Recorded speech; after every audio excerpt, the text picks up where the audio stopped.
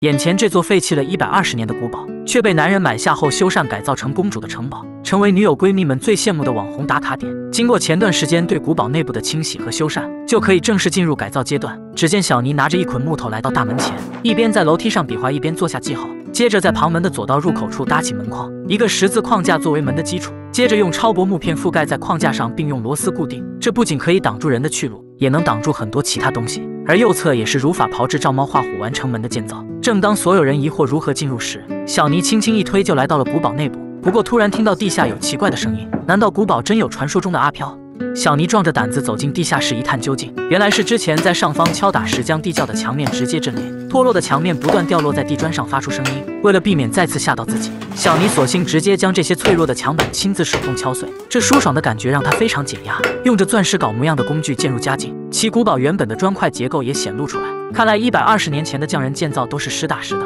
此外还在深处发现一道暗门，打算之后好好探索一番。不过大量的建筑垃圾还需要运送出地窖，为此还特意在台阶上放一块木板作为斜坡，就是这小轮胎独轮车差点就要顶不住了。